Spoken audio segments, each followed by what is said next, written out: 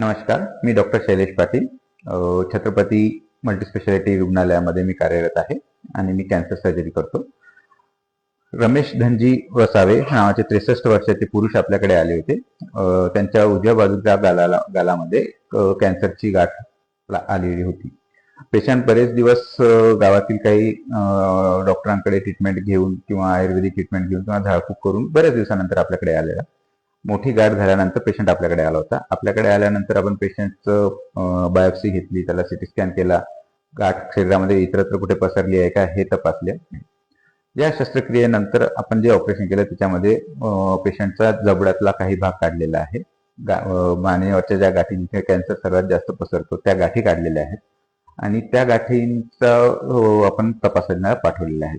त्या गाठी आणि जो मेन कॅन्सरची गाठ आहे ही काढल्यानंतर तिथे जो खड्डा झाला होता तो खड्डा भरण्यासाठी किंवा ते पूर्ण बंद करण्यासाठी आपल्याला प्लास्टिक सर्जरीचा तिथे उपयोग करायला लागला. प्लास्टिक सर्जरीमध्ये आपण त्याला पेट्रोलिस मेजर मायक्युटेनियस फ्लॅप नावाचा जो प्रकार आहे तो टाकला होता.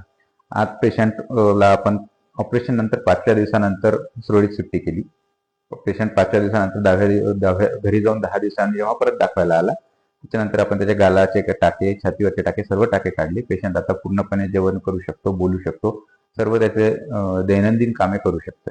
आता पुढील ट्रीटमेंटसाठी पेशंटला रेडिएशन